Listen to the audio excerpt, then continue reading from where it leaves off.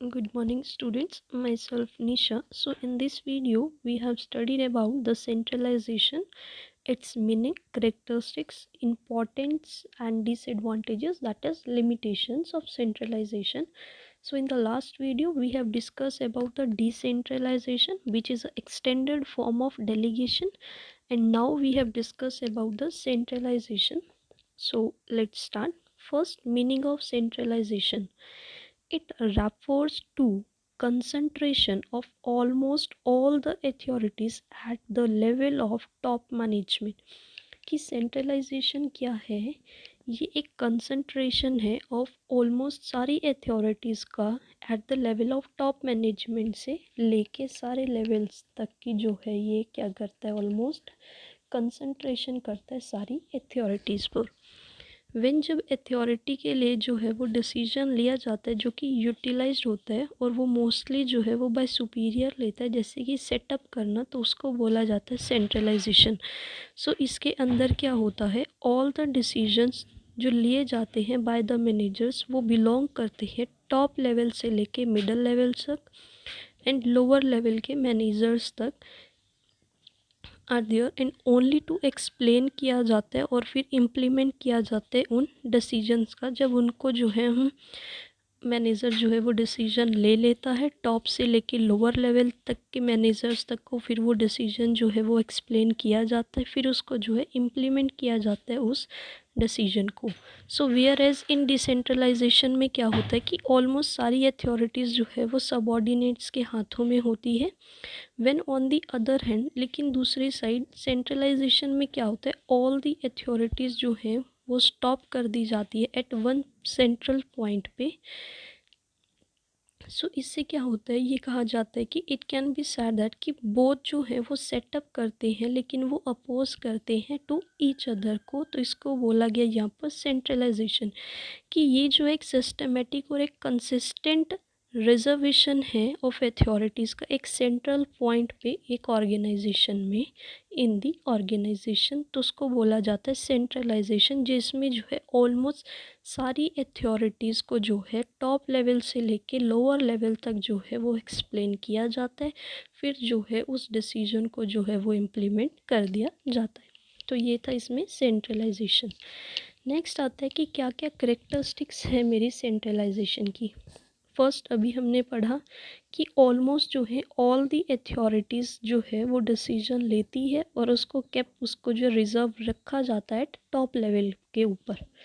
फिर इसमें सेकंड आता है कि जो रोल होता है सबऑर्डिनेट्स का, गेट्स उनको कोई इम्पोर्टेंस नहीं दी जाती, एंड देयर जो उसकी मेन जॉब होती है उसको इम्प्लीमेंट कर दिया जाता है उस डिसीजन को।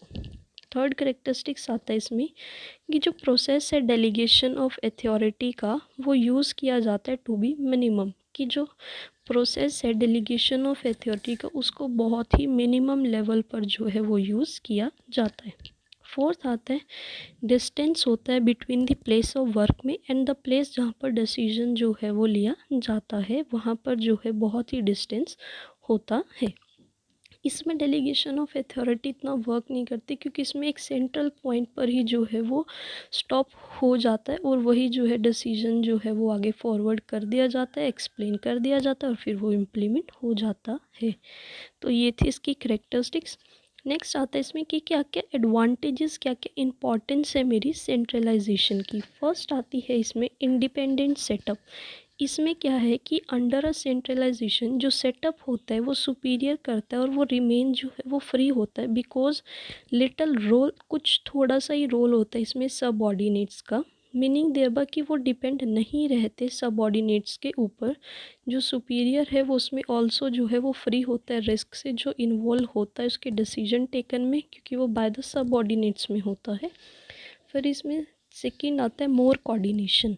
इसमें क्या है कि फुल कॉपरेशन होता है अमंग ऑल द डिपार्टमेंट्स के अंदर, बिकॉज वो जो हैं रन कर रहे होते हैं बाय सेंट्रल ऑफिस के थ्रू। सो नो डिपार्टमेंट किसी भी डिपार्टमेंट को हाइंडर नहीं होती वर्क को लेके ऑफ अदर डिपार्टमेंट्स के। सो ये था मोर कोऑर्डिनेशन। फिर थर्ड आता है इसमें यूनिफॉर्मिटी ऑफ डिसीजन। इसमें क्या है कि इसमें क्या है, देयर इज़ जो है यूनिफॉर्मिटी होती है डिसीजन की, बिकॉज इसमें सारे के सारे डिसीजंस जो है वो एक सेंट्रल ऑफिस के द्वारा लिए जाते हैं। तो उस सक्सेसफुल डिसीजन के लिए जो लिया जाता है रेस्पेक्ट में एक पर्टिकुलर डिपार्टमेंट के, उसको जो इजीली यूज़ किया जाता है प्रॉब्लम्स को सॉल्व करने के लिए अदर डिपार्टमेंट्स को, इसलिए जो है इसमें यूनिफॉर्मिटी होती है डिसीजंस में। फोर्थ पॉइंट आएगा इसमें चीप सेटअप। अब इसमें क्या होता है कि अंडर दिस देयर आर जो है नीड नो नीड, कोई भी ज़रूरत नहीं होती प्रोवाइड करने के लिए necessary facility to all the departments के, ताकि वो उसको सेल्फ रिलायंट बनाए, इसमें उसकी ज़रूरत नहीं होती, ना ही वो प्रोवाइड करी जाती है। तो ओनली जो है सेंट्रल ऑफिस को जो है उसकी टेकन केयर ऑफ की जाती है। कॉन्सिक्वेंटली इसमें लेस एक्सपेंडिचर्स होते हैं ऑन एडमिनिस्ट्रेशन पर। फिफ्थ आता है इसमें advantage of expert service.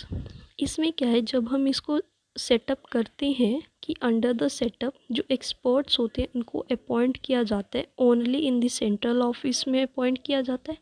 Since जब सारे के सारे डिसीजंस जो हैं वो लिए जाते हैं तो उनका एडवांटेज जो है वो एक्सपर्ट सर्विसेज को भी जो है वो अवेल करा दिया जाता है। फिर आता है इसमें sixth point more control.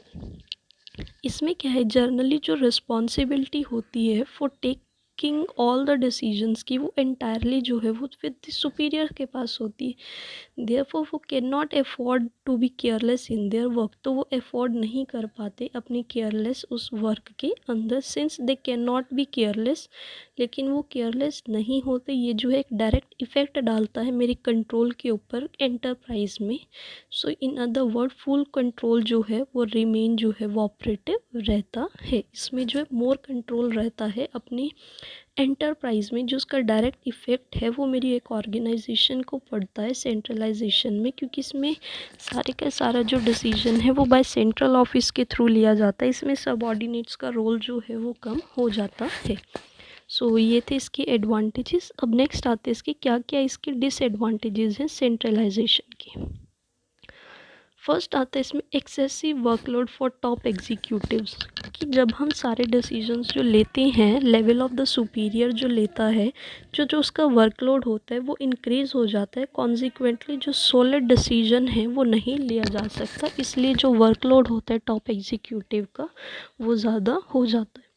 Second आता है इसमें डाइवर्सिफिकेशन इम्पॉसिबल, कि सेंट्रलाइजेशन और डिसेंट्रलाइजेशन जो है वो आर एट वेरिएंस होते हैं विद ईच अदर से, एक दूसरे से। इट मीन्स कि ये इम्पॉसिबल है कि फाइंड कर जाना दोनों को आपस में टुगेदर फाइंड करना दोनों को एक साथ, वो इम्पॉसिबल है। डाइवर्सिफिकेशन जो है वो लेड करता है एक्सपेंशन ऑफ बिजनेस को, विच मेक इट वो एसेंशियल बनाता है टू गिव अथॉरिटी देता है वो सबऑर्डिनेट्स को, वो एसेंशियल बनाता है उसको। हेंस ये जो है वो यूजलेस होता है to desire expansion of business के लिए अंडर सेंट्रलाइजेशन में। फिर थर्ड पॉइंट आता है इसमें वर्कर प्रोड्यूसिंग सेटअप। इसमें कैसे जब ऑल दी अथॉरिटीज़ को जो है वो यूटिलाइज़ किया जाता है बाय दी में ये टॉप मैनेजमेंट में, वो चेक करते हैं डेवलपमेंट ऑफ द मैनेजर की, मिडिल लेवल पर कितनी हो रही है और लोअर लेवल पर कितनी जो है उसकी डेवलपमेंट हो रही है। Since they are kept away from managerial decision, वो केप्ट रहते हैं फ्रॉम मैनेजरियल डिसीजन से, जो उनकी कॉम्पिटेंसीज होते हैं वो ग्रेजुअली स्टार्ट करने लग जाती है डिक्लाइनिंग। सो इन शॉर्ट ये कहा जा सकता है कि जो सेटअप है वो क्रिएट करता है ओनली वर्कर्स को, ना कि मैनेजर्स को। फिर इसमें फोर्थ पॉइंट आता है decrease in the morale of employee. इसमें क्या है, सिंस जो एम्प्लॉयज़ हैं उनका पार्टिसिपेशन नहीं होता मैनेजमेंट में, तो उनका जो मॉरल होता है वो डिक्रीज हो जाता है। फिफ्थ पॉइंट आता है डिले इन डिसीजन, कि देयर इज़ जो है एवर इंक्रीजिंग बर्डन होता है डिसीजन लेने का टॉप लेवल पर, जिसका रिजल्ट जो है वो इनएविटेबल डिले हो जाता है हमारा जब हम डिसीजन लेते हैं, तो ये रिड्यूस कर देता है हमारी क्वालिटी ऑफ डिसीजन को ऑल्सो। ठीक है। सिक्स्थ पॉइंट आता है इसमें इनफेक्टिव कंट्रोल। इसमें क्या है, सेंट्रलाइजेशन जो है वो कॉज है बोथ इंक्रीज और डिक्रीज का इन कंट्रोल में। सिंस इसमें जो है देयर इज़ कोई भी केयरलेसनेस नहीं होती on the part of top level manager में। जो कंट्रोल होता है वो बिकम जो है वो इफ़ेक्टिव होता है। तो एट द सेम टाइम इसमें जो है डिफ़िकल्टी होती है हमें होल्ड करने के लिए हमारे एम्प्लॉयज़ को, जो रिस्पॉन्सिबल होते हैं उस रॉन्ग एक्शन के लिए। तो जो कंट्रोल होता है इसमें वो जो है वो इनइफेक्टिव हो जाता है। सेवेंथ पॉइंट आता है इसमें इंडस्ट्रियल डिस्प्यूट्स। इसमें क्या, बिकॉज ऑफ डिस्टेंस के कारण जो प्लेस ऑफ वर्क है और जहाँ पर वो डिसीजन लिया जा रहा है उसके डिस्टेंस के कारण जो सुपीरियर्स जो हैं वो फेल हो जाते हैं अंडरस्टैंड करने के लिए प्रॉब्लम्स ऑफ द सबऑर्डिनेट्स की। सो इसका रिजल्ट्स क्या आता है, फिर इससे जो हमारे इंडस्ट्रियल डिस्प्यूट्स हैं वो जो है वो ज़्यादा बढ़ जाते हैं। एट पॉइंट आता है इसमें डिक्रीज इन इनिशिएटिव्स। इसमें क्या, because of the lack of authority of the subordinates के कारण जो पे है वो नो नीड, उसकी ज़रूरत नहीं होती प्रॉब्लम्स अपीयर करने की इन दी वर्क स्फीयर में। And nor do they try to understand them, और उन्हें जो है वो ट्राई भी नहीं करते कि वो उसको अंडरस्टैंड करे।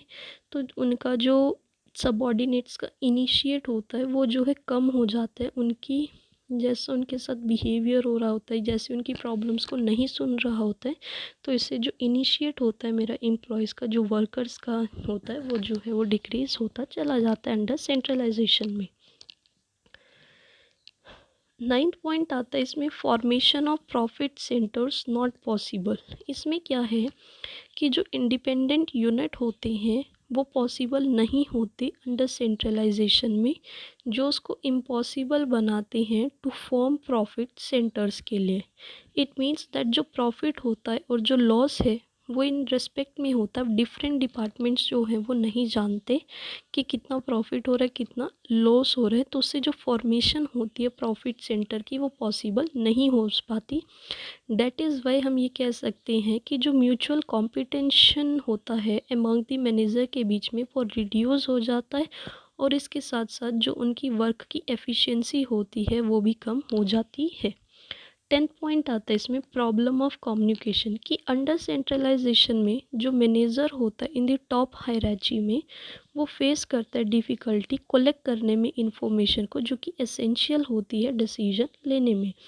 सो इसके साथ साथ जो इन्फॉर्मेशन होती है वो अवेलेबल कराई जाती है लोअर लेवल पर, और जो डिसीजन है वो लिया जाता है टॉप लेवल पर, जिससे जो है प्रॉब्लम क्रिएट हो जाती है कम्युनिकेशन में। फिर इसमें लास्ट पॉइंट आता है एक्सपेंशन ऑफ मार्केट इम्पॉसिबल, कि by having a centralise setup के कारण कोई भी एंटरप्राइज जो है वो होप नहीं कर सकती कि वो जो है अपने प्रोडक्ट को जो है मार्केट में एक्सपेंड करेगी, वो नहीं हो सकता।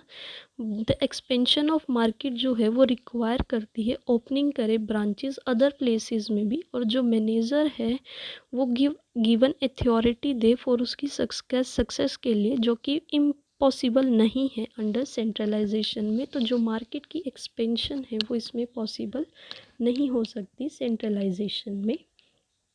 सो ये थे इसके डिसएडवांटेजेस। एक बार हम दोबारा से ओवरव्यू कर लेते हैं। हमने सेंट्रलाइजेशन पढ़ा जिसमें पूरा कंसंट्रेशन होता है ऑलमोस्ट सारी अथॉरिटीज़ पर एट द लेवल ऑफ सिर्फ टॉप मैनेजमेंट पर ही होता है, और जिसमें डिसीजन होता है वो एक सेंट्रल ऑफिस के द्वारा लिया जाता है, ना कि सब ऑर्डिनेट्स के द्वारा। सब ऑर्डिनेट्स का जो रोल है वो यहाँ पर बहुत ही कम हो जाता है अंडर सेंट्रलाइजेशन, बिकॉज ज़्यादा बर्डन के कारण टॉप मैनेजमेंट के लेवल पर जो डिसीजन है वो इसमें डिले भी हो जाता है।